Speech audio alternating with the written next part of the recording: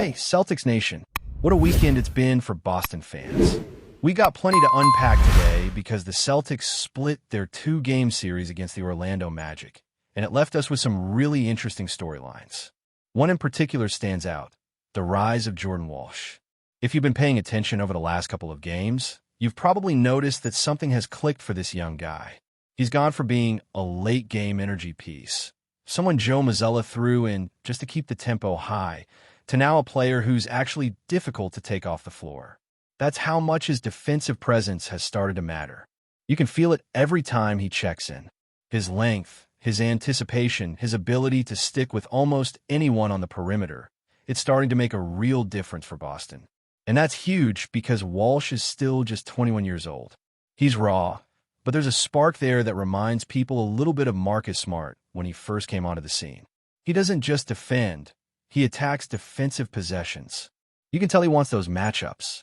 The ball seems to find him whenever there's chaos on the floor, and somehow he always manages to turn that chaos into something productive. Whether it's a deflection, a rebound, or just pestering an opponent into a bad shot, Walsh is doing the little things that don't always show up in the box score, but end up changing the rhythm of games. What's especially interesting is how that affects Boston's rotation. Remember, this roster has a handful of versatile, long, athletic wings all fighting for minutes. Hugo Gonzalez, Baylor Shyman, Josh Maynot, all guys who can guard multiple positions and give the Celtics different looks defensively. But right now, it feels like Walsh is starting to carve out a bit of separation. Joe Mazzulla has options, and he's been experimenting. Sometimes it means one of those guys gets a DNP. Sometimes it means someone plays 15 minutes. Sometimes it's just a 2-minute burst to close a quarter. But when Walsh is out there, it looks like the team's energy ticks up a level. That's what coaches love, players who make their teammates better just by being active and locked in. It's also worth remembering that the NBA is ruthless when it comes to opportunities. Young players like Walsh don't have the luxury of long learning curves. One bad defensive stretch, a couple of missed rotations, and suddenly someone else is getting those minutes. We saw that just a week ago with Baylor Shyman. Everyone was hyped about him, talking about how he might be on the verge of securing a consistent role.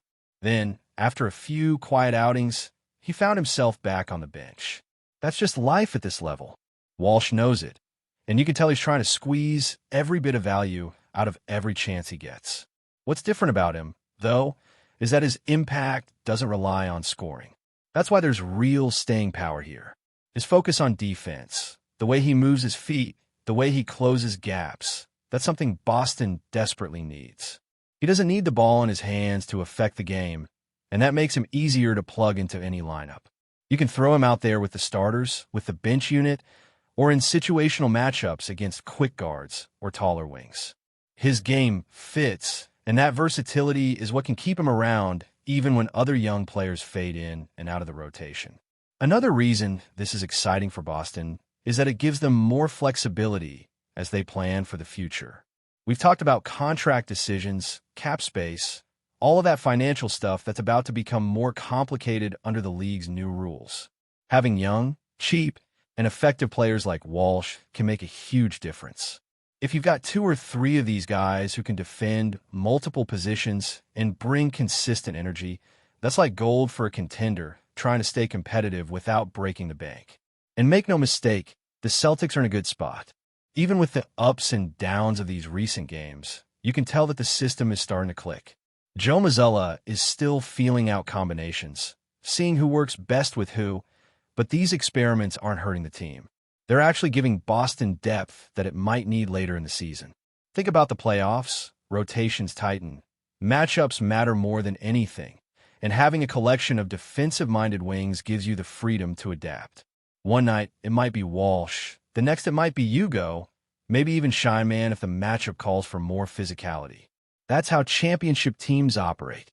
From a fan's perspective, it's just fun to see a young player earn his spot the hard way. You could tell Walsh has been putting in the work. He's confident but humble, intense but composed. There's a maturity to the way he approaches possessions now that wasn't there at the start of his rookie season. He's not trying to prove himself with flashy plays anymore. Instead, he's proving himself by being reliable, by doing the dirty work. by defending without fouling, by making smart rotations. And those little improvements are starting to add up. Now, the real challenge will be consistency. That's the key word for every young Celtic right now. It's not about having one great game against Orlando. It's about doing it again against Philadelphia, then against Milwaukee, then again when teams start game planning specifically to attack you. The moment Walsh has a stretch of sloppy defense, the coaching staff won't hesitate to pull him. Not because they don't trust him, but because they can. That's what competition looks like on a deep team. Everyone is good enough to take your minutes if you slip. Still, this situation feels different. Walsh's rise feels organic, earned, and sustainable. He's giving the team exactly what it needs: energy, defense, and flexibility. And as long as he keeps doing that, he's going to stay in the mix. The best part is that it's not just helping his career, it's making the Celtics better. You can sense that his teammates respect what he's doing. They feed off that energy. When he dives on the floor for a loose ball or gets a hand in the passing lane, it sets a tone. It tells everyone, we're not coasting tonight. And that's invaluable during a long regular season when motivation can waver.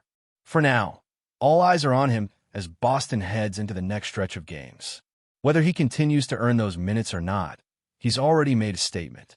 He's shown that he belongs. And honestly, for a young player trying to break through on a championship-caliber roster, that's the hardest part. Once you've proved that you can hang defensively, the rest starts to come naturally. So maybe, just maybe, Jordan Walsh is turning a corner. And if he is, the Celtics just found another key piece for their rotation moving forward. All right, Celtics Nation, let's keep diving into what's been happening with this team, because there's a lot more to unpack beyond just Jordan Walsh. Another fascinating storyline from the past few games is how the on-court dynamics are shaping up with the rest of the roster, particularly when we look at players like Nimishkata and JAYLEN BROWN. The numbers coming out of those matchups have been, well, a little unusual to say the least. Kata, despite limited minutes, is posting a plus-minus that jumps off the page, sitting at plus 30.2 according to some of the advanced stats tracking. Meanwhile, JAYLEN BROWN, who's having arguably one of his best seasons ever, is at minus 4.2. On the surface, it seems almost absurd, and yet when you dig a little deeper, it starts to make sense. Kata's impact comes mostly on the defensive end and in limited spurts. He's usually on the floor for shorter stretches, and he gets pulled before the wheels fall off in late-game situations. That's a huge factor because it means the Celtics are rarely in a bad spot while he's out there, so his stats shine. JAYLEN, on the other hand, is logging 32 minutes a night and often finds himself on the court during runs where the opposition is heating up or taking advantage of mismatches. That's not to say JAYLEN is underperforming. Far from it. He's doing what he always does, driving to the rim, creating opportunities, and scoring at a high level. It's just that the context in which he plays inflates the negatives in these on-off numbers. What's really interesting here is how these stats reflect the depth and rotation challenges for Boston. The Celtics have multiple players who can step in and perform specific roles depending on the matchup. It's not just about who has the ball or who's scoring. It's about who can anchor the defense, who can switch seamlessly across positions, and who can provide energy bursts that shift momentum. Players like Walsh, Kata, and even someone like Luka Garza as a backup big are essential in this context. Garza, for example, has been a quiet contributor. When he scores 9 points or more, the team has gone 4-0 in those games. That may not be revolutionary, but it's a reminder that even subtle contributions from role players can swing outcomes over a season. And speaking of the season, Boston has started to figure out how to manage minutes and rotations more strategically. Joe Mazzulla has been juggling lineups in a way that maximizes defensive versatility while keeping offensive firepower intact. The challenge is finding the right combinations that allow the starters to rest without losing the defensive edge. When someone like Walsh is in, it allows the team to maintain pressure, contest shots, and control space, which in turn opens up more opportunities for the offensive stars like Jason Tatum and JAYLEN BROWN. Even if Brown's on-off numbers look odd, his presence is still critical to how the team flows. One of the broader takeaways from these recent games is the emphasis on adaptability. The Celtics are a team that needs to be ready for anything, whether it's a quick guard, a big, physical forward, or a combination of both. Players who can defend multiple positions are more than just role players. They're essentially multipliers for the rest of the roster. They create breathing room for the stars, while also giving the coach more options to respond to the opposition strategy. That kind of flexibility is especially valuable as Boston looks ahead to the postseason, where every matchup matters and rotations tighten. Consistency remains the major hurdle, though. While Walsh, Kata, and others are showing flashes of brilliance, the NBA is relentless, and opportunities are always temporary. One misstep, one poor rotation, one defensive lapse can quickly shift minutes to someone else. That's why the young Celtics have to maintain focus, stay disciplined, and capitalize on every moment they're on the court. The good news is that they're learning, improving, and the glimpses of potential we're seeing now are very encouraging. Ultimately, what we're witnessing is a team in evolution. The young players are stepping up, the stars are maintaining their level of excellence, and the coaching staff is making adjustments that maximize everyone's strengths. The Celtics are not just surviving these early season tests. They're learning from them, building chemistry, and developing depth that could prove invaluable when it matters most. And while the narrative may still focus on Tatum, Brown, or other headline stars, the subtle contributions of these rising players could very well determine how deep Boston goes this season. But before we continue, please remember to subscribe to the channel and give the video a like. Your support helps us keep bringing you the latest news about the Boston Celtics. Feel free to share your thoughts on the news in the comments as well. In a move that has sent shockwaves through the NBA community, JAYLEN BROWN has reportedly announced his departure from the Boston Celtics during a surprise press conference. The All-Star forward, long considered one of the franchise's cornerstones, appeared calm, yet resolute, as he confirmed what many around the league had quietly speculated for weeks. His time in Boston has come to an end. Though details remain scarce, Brown's statement was brief but powerful, leaving fans and analysts scrambling for clues about what might have pushed one of the team's most dynamic talents to walk away. Sources close to the player hint at growing tensions behind the scenes, with whispers of creative differences, locker room friction, and dissatisfaction with the organization's long-term direction. Others suggest Brown may be seeking a new challenge, a fresh start that allows him to step out from under the shadow of his superstar teammate, Jason Tatum. Inside the Celtics camp, the mood is said to be tense. Team officials have yet to issue a formal statement, fueling speculation that Brown's exit may not have been entirely amicable. The timing, so soon after a period of apparent team stability, raises questions about how deep the cracks within the organization might go. For fans, the shock is profound. The idea of seeing Brown in another uniform feels almost unthinkable. Around the league, teams are already rumored to be lining up, ready to make their pitches. Some insiders believe that Brown's next destination could be a major market looking for a proven two-way star.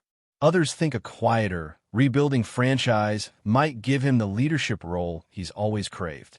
Whatever the case, the ripple effect of his announcement will be felt across the NBA. As the dust settles, one question remains. Was this an inevitable ending or an avoidable fracture? For now, the league waits, fans refresh their feeds, and the rumor mill spins faster than ever. JAYLEN BROWN has left Boston, and nothing in the NBA will quite be the same again. That's it for this update. If you enjoyed the video and want to keep receiving exclusive news about the Boston Celtics, please subscribe to our channel and give the video a like. We always appreciate your comments and opinions. See you in the next video.